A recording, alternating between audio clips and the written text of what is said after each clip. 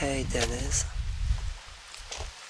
I'm recording this message because it's about our girls and it's quite bothersome, to be honest. But I may be overreacting. I'll explain everything, so I hope you will listen. But just so you know, in case something happens, like you wouldn't be able to reach me, or if I don't contact you by later today, we're in Peterborough. There is this maze of corn in Peterborough, like in Children of the Corn, kind of, but it is more of an agricultural initiative that the president of the district's capital partook in. The goal was to plant several species of corn in order to get to know which ones thrive in local soil and which ones grow poorer. And so to kill two birds with one stone, they ordered to plant those in a maze-like fashion, like a complex of concentric ring-shaped paths with occasional shortcuts leading to the inner layers. This maze was supposed to bring the attention of media and tourists to the village, so that, Peterborough gained some fame, or should I say recognition around Poland, or at least adjacent districts. I came with Kamila and Nitisha today again. This is my 5th time here already. Did I mention this corn maze is an exciting new thing that happened this year for the first time? Because that's what it is. And by the end of September it will all be harvested. Kamila loves playing here very much, so naturally she wants to come back time after time. I'm actually right here within its walls as I speak. I'm searching for Kamila. You know what? Let me go back a little bit to give you more context. Because this is, I think, the 5th time that we are here. I let Kamila go with Nitisha. I was waiting for them in the car while they were playing in the maze. I thought to myself, they've seen the maze enough times to not get lost, especially with how simplistic its layout is. Also, with Nitisha being almost a high schooler now, I had no doubts they would be fine together.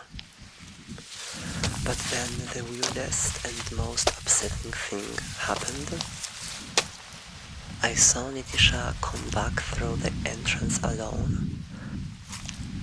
So I walked toward her to ask where Kamila is. And can you imagine what she responded? She said, "Who?" And with that response I immediately boiled up, because you know me, I don't really like these kind of pranks which base on leaving a peewee-aged child in a large maze of corn by herself. Of course I regained my cool, so that I could talk with Nitisha more like a mother and less like a tyrant, because that would probably only be less fruitful.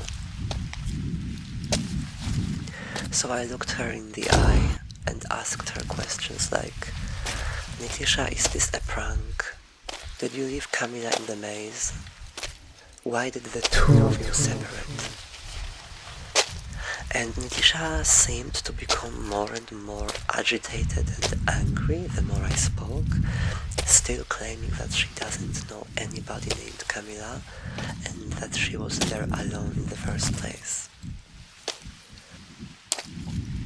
I was ready to just dash off into the maze myself. I told Nitisha to quit it, because it was becoming dangerous and not funny at all. Then she burst into a fit and told me to F off, which is, well, unusual for her, even though I know she's not a little kid anymore, and I've heard her use such language before, but she had never said that to me. I felt like that was a sign to drop it, honestly. I told her to wait in the car, and I entered the maze to look for Camila. She doesn't own a phone yet, which, by the way, I am going to buy her one ASAP, so that a situation like this does not repeat. Hopefully.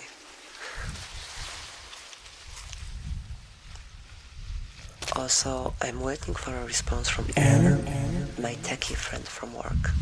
I texted her earlier because I think she has a drone, or at least knows somebody who owns one, because she said that once. It would be extremely helpful to have a live feed from a drone over the maze, as you can probably imagine.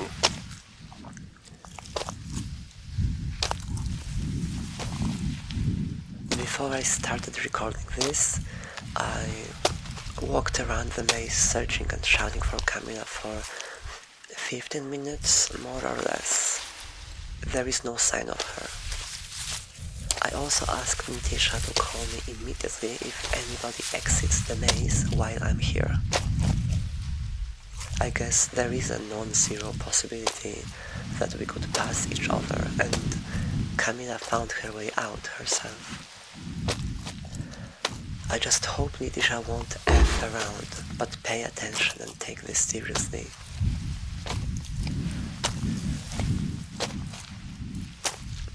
But I haven't heard from her since then, so apparently there are just no tourists aside from us here at this day and hour. Oh, I've gotten a notification. I hope it's from Anne. Be right back.